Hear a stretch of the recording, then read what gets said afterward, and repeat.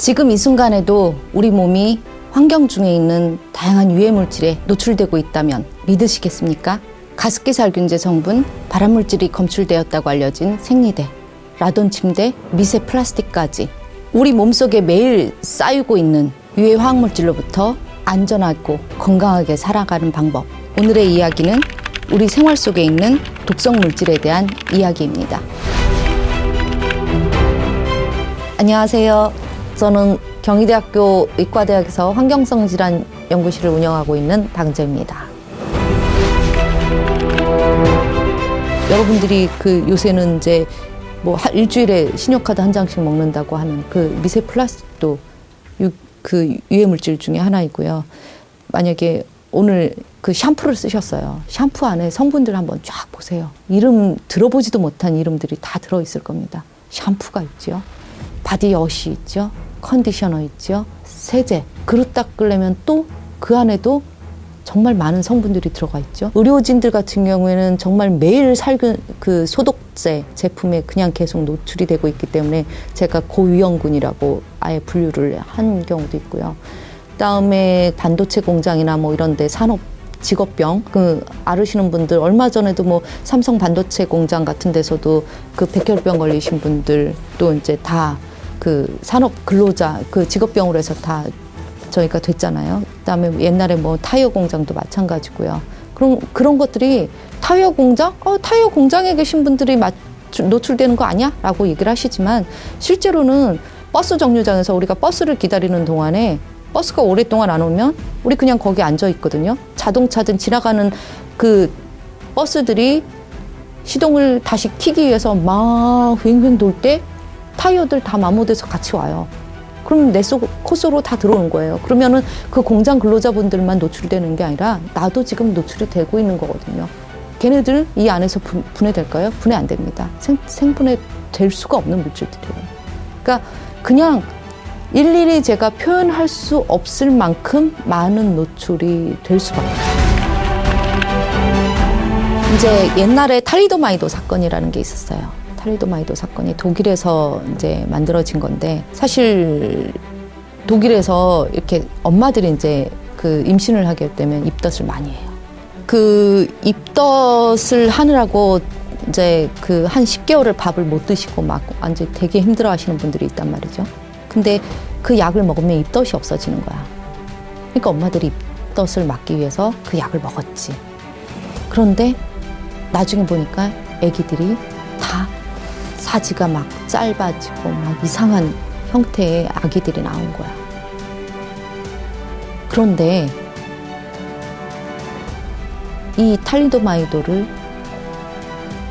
수출을 하려고 했을 때 미국에서 어떻게 했냐면 독성 자료를 보자랬어요. 근데 독성 자료가 충분하지 않다고 생각한 거야. 그 제품을 수입하는 사람 입장에서 승인할 때 독성 자료가 아무래도 아직은 충분하지 않은 것 같다 라고 생각을 하시고 이거를 수입을 반대를 하셨어요. 그래서 미국에서는 그런 아기들이 안 나왔습니다. 지금 현재까지 뭐 가장 크게 우리에게 아픔을 주고 있는 건 아마 가습기 살균제 환자분들이실 거고요. 그 문제 같은 경우에는 정말 내 아이에게 좀 더 맑고 깨끗한 오염이 덜 된 공기를 숨쉬게 해주고 싶은 엄마의 소원이 엉뚱하게 아이의 질병으로 가게 된 아주 불행한 사건 중에 하나였고요. 지난 도쿄올림픽에서도 가장 국제적으로 이슈가 됐던 것은 올림픽에 참가한 선수들이 과연 그곳에 있는 음식, 그곳에서 제공되는 음식을 안전하게 먹어도 안전할 수 있을까에 대한 문제가 아니었나라는 생각이 듭니다. 후쿠시마 원전 사고 이후에 방사선 물질이 계속 노출이 되고 있는데 그 방사선에 노출된 식품들을 우리 선수들이 먹었을 때 어떤 문제가 발생될 수 있는지에 대해서 많은 나라의 선수들이 고민을 하고 출전 여부를 결정을 해야만 했었습니다. 그거 외에도 라돈 침대 사건도 있었고요. 그다음에 미세 플라스틱 문제는 지금 뭐 온 세계가 다 이슈가 되고 있는 물질이고요. 우리가 생각지도 못하는 그런 사건들이 정말 많이 있었습니다. 그렇다고 해서 제가 이렇게 인터뷰를 내내 심각하게 얘기를 했지만 저 오늘 당장 죽지 않거든요. 저도 오늘 아침에 샴푸하고 어제는 이제 이거 촬영한다고 이제 염색도 하고 머리도 자르고 다 했는데 그거 아니 바로 죽지 않거든요. 그건 왜냐면 내 몸에 얘를 방어할 수 있는 힘이 있어요. 힘이 있어. 그게 뭐냐면 면역계라는 거예요.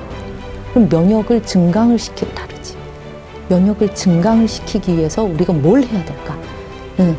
그래도 한 20, 30대부터는 항산화제도 좀 먹어줘야 되는 거고, 그 다음에, 이제 좀 진짜 운동도 좀 적절하게 잘 해줘야 되는 거고, 이 다이어트를 하기 위해서만 운동을 하는 게 아니라, 우리 면역계를 액티베이션 시키기 위해서도 운동을 해야 되는 거거든요.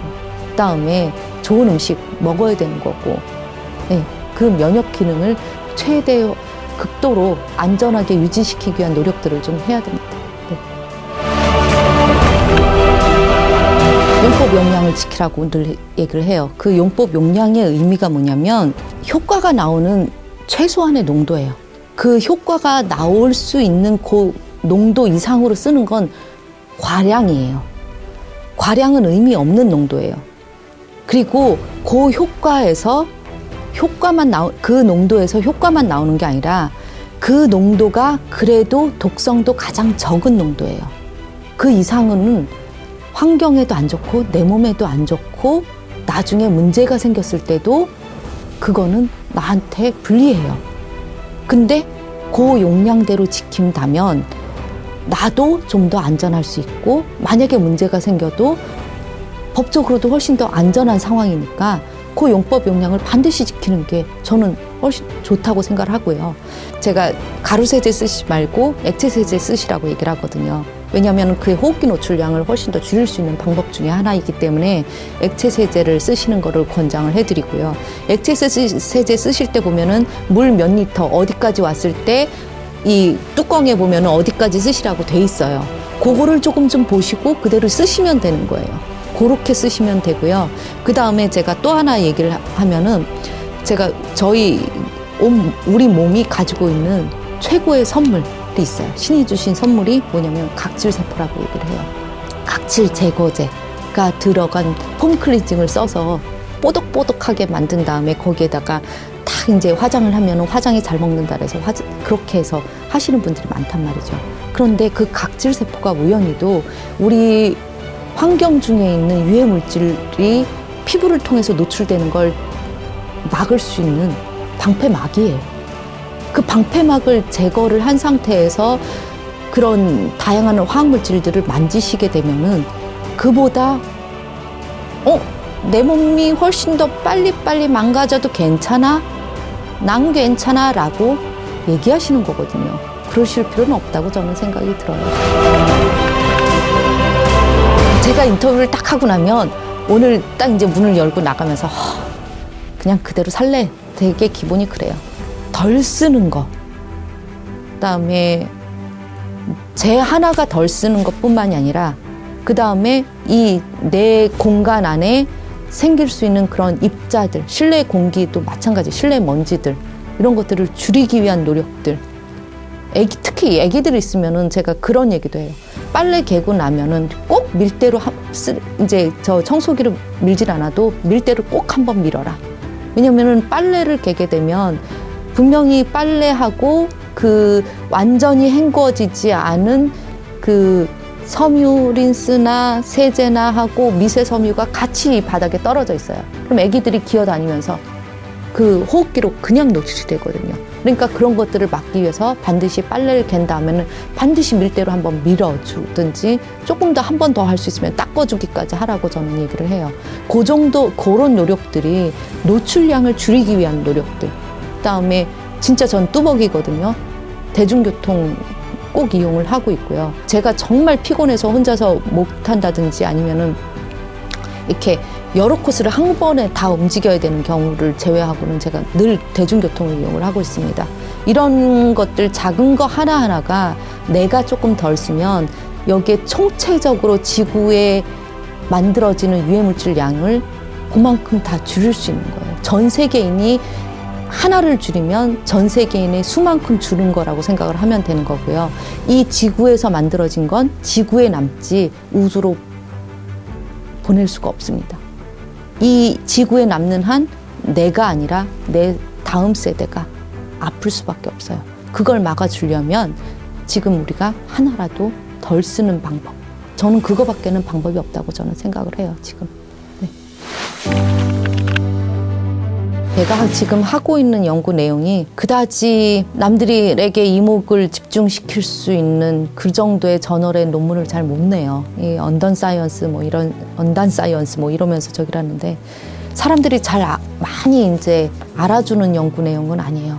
그렇지만 반드시 필요한 연구 내용인데 너무 복잡하고 끝이 없는 연구다 보니까 가다가 다들 지쳐요. 그래서 길게 가시는 분들이 별로 없습니다. 나라에서 좀 어느 정도 정책을 쪽으로 또 밀어주면 그나마 좀 난데 솔직히 또 이제 기술 발전을 시키려면 이런 관련된 독성이나 환경과 관련된 연구를 조금 더 깊이 있게 이제 추진할 수 있는 정책을 피운다는 건 또 완전히 반대의 일이거든요. 그 산업을 발달시키기 위해서 전기 전자 회사의 이익을 최고로 만들려면 건조기 만들고 세탁기 만들고 자동차도 빨리빨리 순환시켜야 되고 배터리도 빨리빨리 순환시켜야 되고 모든 생활들이 뭔가 판매될 수 있는 쪽으로 경제적인 이익을 창출할 수 있는 쪽으로 가야 되는데 그러다 보면은 넘쳐나는 게 쓰레기고 그러다 보면은 전기 많이 써야 되는 거고 악순환을 계속 할 수밖에 없는데 그럼에도 불구하고 나라의 경제적인 입장 그걸 고려한다면 이쪽을 밀어줄 수밖에 없는 거거든요. 양쪽을 같이 키울 수는 없어요. 그렇기 때문에 한쪽에서 이런 저처럼 저 같은 연구를 하고 있는 사람은 늘 항상 연구비 고민해야 되고 힘들다 고민해야 되고 과연 내가 어디까지 갈 수 있을까 고민해야 됩니다. 그렇지만 누군가는 이 부분에 대해서 늘 얘기를 해야 돼요. 이 원리가 살고 있는 그 세상을 한번 나중에 만화 영화 원리를 보세요. 그러면 원리가 살고 있는 세상에 내 아들을 두고 가야 되는 엄마의 마음이 될 수 있어요. 그 세상에 내 아들을 두고 내가 갈 수 있을까? 맘 편히 갈 수 있을까? 저는 그렇게 생각을 하거든요. 그래서 이 부분에 대해서는 그런 어떤 심리적인 부담감이 되게 많습니다. 그럼에도 불구하고 저는 그나마 그래도 엄마였기 때문에 이 연구를 계속 해왔고 지금도 계속 하고 있고 앞으로도 제가 팔 힘이 닿는다 하는 할 거예요. 그런데 젊은 연구자분들이 좀 이런 부분에 대해서 관심을 가지시고 제가 이제 더 이상 팔 근육이 없어서 저도 지금 이제 벌써 팔펫이 흔들리기 시작을 하거든요. 이거 제가 놓은 팔펫 들고 다시 시작할 수 있는 젊은 연구자분들이 생겼으면 좋겠다는 생각으로 이 책을 쓰게 됐습니다.